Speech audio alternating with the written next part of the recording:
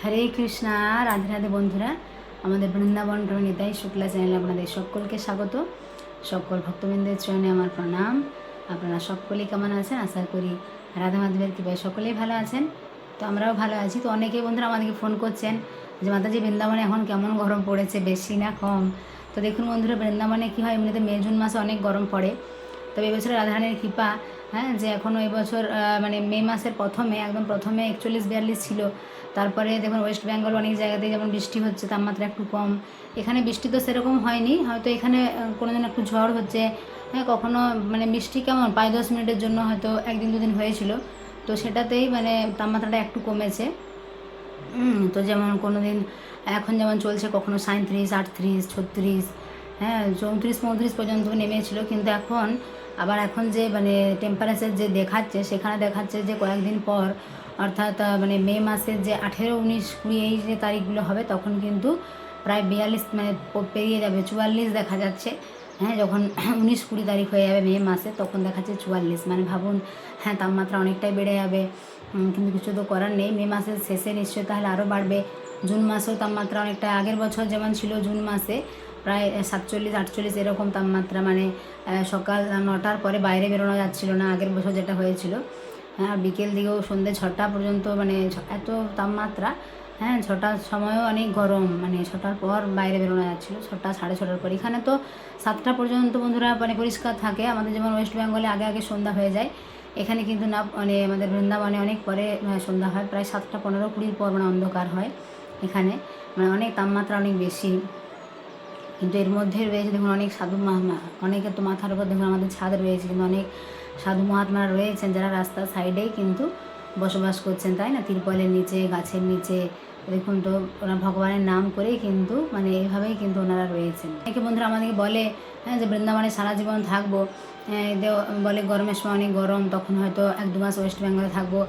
বা শীতকালে অনেক ঠান্ডা, তখন 1-2 মাস ওয়েস্ট বেঙ্গলে থাকবো। বন্যার সময় যদি কখনো বন্যা হয় তখন চলে আসবো। তো দেখুন, এরকম করে যদি আপনি গরমে, ঠান্ডা, বর্ষায় 2 মাস করে যদি 6 মাস বাইরে থাকেন, কিন্তু তাহলে কী করে হবে? এখানে যে কোনো পরিস্থিতি হোক, যদি গরমে কষ্টই হোক, ঠান্ডাতেও কষ্ট হোক, বন্যাতেও কষ্ট হোক, এখানে কী করতে হবে বলুন তো? ধামে থাকতে হবে। দেখুন এখানে যারা থাকে, বৃন্দাবনে যারা বসবাস করে, তারা কিন্তু মানে বৃন্দাবনে বাস করা, বৃন্দাবনে যে সারা জীবন ধরে থাকে, অনেকে ভাবে যে এরা থাকছে, কিন্তু এরা আগের জন্মে কোনো না কোনো মানে অনেক বেশি, অনেক পুণ্য সুকৃতির ফলেই কিন্তু বন্ধুরা বৃন্দাবনে বাস হয়, বৃন্দাবনে আসা যায়। বলা হয় বৃন্দাবনে একবার আসলে তাকে আর কিন্তু নরকে যেতে হয় না। আপনারা হয়তো দেখবেন, মহারাজ প্রেমানন্দ মহারাজ একদিন বলছিলেন, এইটা আমি শুনেছিলাম, যে বৃন্দাবনে যদি কেউ আসে একদিন যদি এখানে থাকে, তো তাকে আর কিন্তু নরকে যেতে হয় না। ভগবানের এতই কৃপা, বৃন্দাবন ধামের এমন মহিমা। কিন্তু অনেক বন্ধুরা, অনেক মানে ভক্তরা আসে বৃন্দাবনে, ধাম সম্বন্ধে এত তাদের অভিজ্ঞতা নেই। এমনিভাবে বৃন্দাবনে এসেছি বেড়াতে, এই চারিদিকে ঘুরে এরকম। কিন্তু অনেকে বৃন্দাবনের যে মহিমা, যমুনা নদীর মহিমা, বৃন্দাবনের যে বৃন্দাবনের যে অনেকে ভাবে যে বৃন্দাবনে ধুলিয়ে যে অনেকে পুরো মানে কপালের মধ্যে পুরো মেখে থাকে অনেক জায়গায় বৃন্দাবনের কারণ এখানে রয়েছে ভগবানের চরণের স্পর্শ, গোপীদের চরণের স্পর্শ, অনেক সাধু মহাত্মার চরণের স্পর্শ। তো বৃন্দাবনের এই বন্ধুরা সেজন্য অনেকেই কিন্তু কী করে, বাড়িতে নিয়ে যায় যখন আসে। তো কপালের মধ্যে লাগায়, মাথার মধ্যে লাগায়, সমস্ত বলা হয়। মানে এটা তো বিশ্বাস। মানুষের মনের মধ্যে যদি ভগবানের প্রতি শ্রদ্ধা, বিশ্বাস, ভালোবাসা এগুলো থাকে, তবেই কিন্তু সমস্ত ফল লাভ করে। অনেকে বৃন্দাবনে এসেও দেখবেন তারা ঠিকমতো পুণ্য অর্জন করতে পারে না। কেন বলুন তো? তাদের ভগবানের প্রতি বিশ্বাসই নেই। ভগবানের প্রতি যদি বিশ্বাস না থাকে, তাহলে কিন্তু আপনার সামনেও ভগবান থাকলেও আপনি কিন্তু দেখতে পাবেন না। যারা ভগবানের মন্দিরে গিয়েও ভগবানকে দর্শন করতে পারে না, তারা, আর যাদের ভগবানের প্রতি বিশ্বাস, তারা কিন্তু কোনো একটা দেখবেন পাথরের মধ্যে ভগবানকে দেখতে পায়, তাই না? তো এটা হলো মানে কি বলুন তো, ভগবানের প্রতি বিশ্বাস, ভালোবাসা, শ্রদ্ধা, এগুলো কিন্তু ভক্তদের থাকা উচিত। তো বৃন্দাবন ধামে আমাদের এখানে অনেক ভক্তবৃন্দরা আসে। তো আমরা দেখেছি অনেকে ভগবানের প্রতি অনেক বিশ্বাস, অনেক শ্রদ্ধা, ভালোবাসা। ভগবানকে দেখে দু চোখ ভরে একদম তাদের জলে ভরে যায়, কাঁদতেই থাকে। আর অনেকে দেখে এমনি এসেছি, দর্শন করছি, চারদিকে ঘুরছি, এরকম একটা মনের মধ্যে ভাব।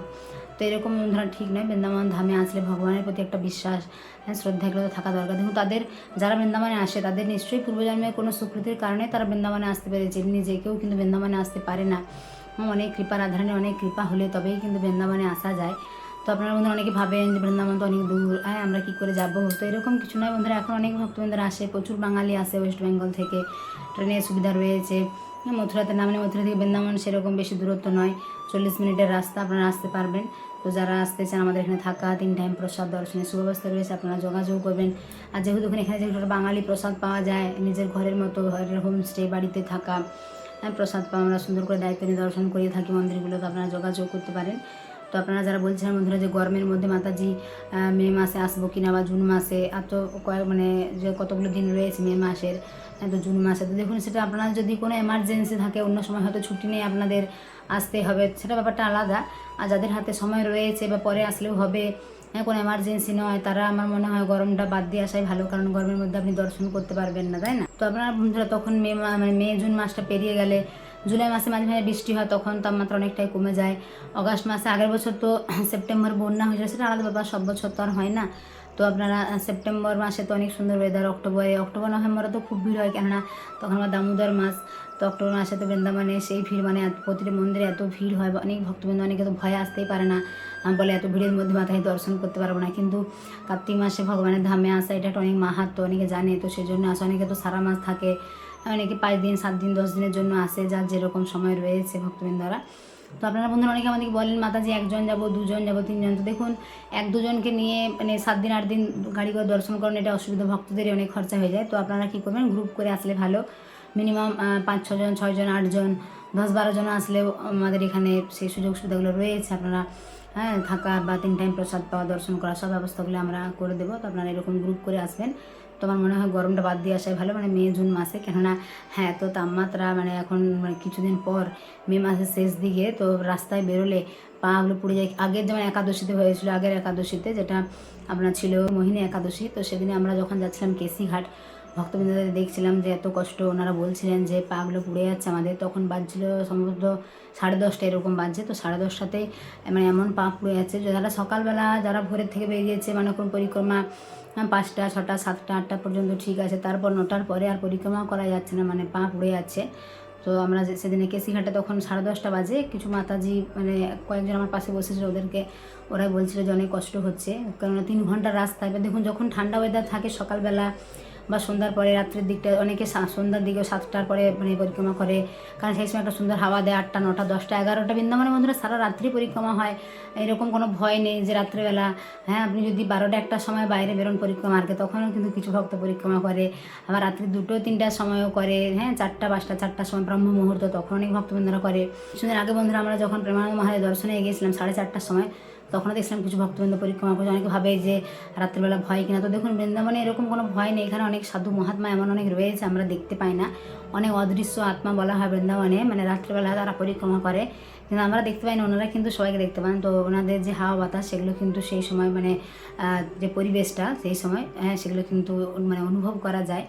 বা তার জন্য বলা হয় যে বৃন্দাবন পরিক্রমা মার্গে যখনই আপনি মানে বাড়ি থেকে বেরোবেন বা কোনো কাজে, তখন কী করতে হবে, বৃন্দাবনে আসলে পরিক্রমাকে কেন প্রণাম করতে হয়, সেখানে অনেক হাজার হাজার সাধু মহাত্মা সন্ত সকলে প্রতিদিন পরিক্রমা করে চলেছেন। তো তাদের চরণের যে ধুলি সেগুলো আমাদের মাথায় নেওয়া উচিত, তাই না? তো এভাবে আমাদের ওনাদেরকে শ্রদ্ধা জানানো উচিত, সম্মান। তো আপনারা এরকম করতে পারেন বন্ধুরা, বৃন্দাবনে আপনারা গরমটা বাদ দিয়ে আসতে পারেন। তো এখন এই সময় তো মে মাসে যেহেতু মানে কয়েকদিন বৃষ্টি ওয়েদার ছিল বা ঝড় একটু হচ্ছিলো বলে এখন তাপমাত্রা 36-37 এরকম চলছে। তো কয়েকদিন পরে আবার 40-এর উপর উঠে যাবে, তখন কিন্তু আবার সেই সমস্যা হবে। মানে 45-এর উপর হয়ে গেলে তো অনেক সমস্যা, অনেক গরম, তখন মানে ফ্যানের হাওয়াটা মনে হয় যে মানে আগুনের মতো মনে হয় যে মাথার উপর পড়ছে, এরকম মনে হয়, অনেক তাপমাত্রা। আর কিছু করার নেই, এইভাবেই থাকতে হবে।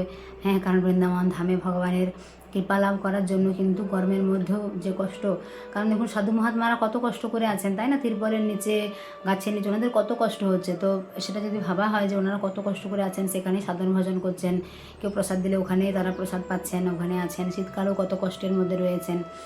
তো এইভাবেই বৃন্দাবনে বন্ধুরা থাকতে হয়। কিন্তু যারা দর্শনের জন্য আসেন গরমের মধ্যে, মন্দিরে যদি বেরোতে না পারেন, আপনারা তো দূর থেকে আসবেন, আর যদি দর্শন করতে যেতে না পারেন তাহলে একটা কেমন, তাই না? তো আমার মনে হয় আপনাদের গরমটার পরে আসা ভালো, এরপর আপনারা নিজেদের সময় অনুযায়ী সেভাবে আসবেন। তো সকলে বন্ধুরা ভালো থাকবেন, সুস্থ থাকবেন। আর যারা আমাদের চ্যানেল, তো অবশ্যই আমাদের চ্যানেলটাকে সাবস্ক্রাইব করবেন। যারা বৃন্দাবনে আসতে চান যোগাযোগ করবেন। হরি বল, রাধে রাধে।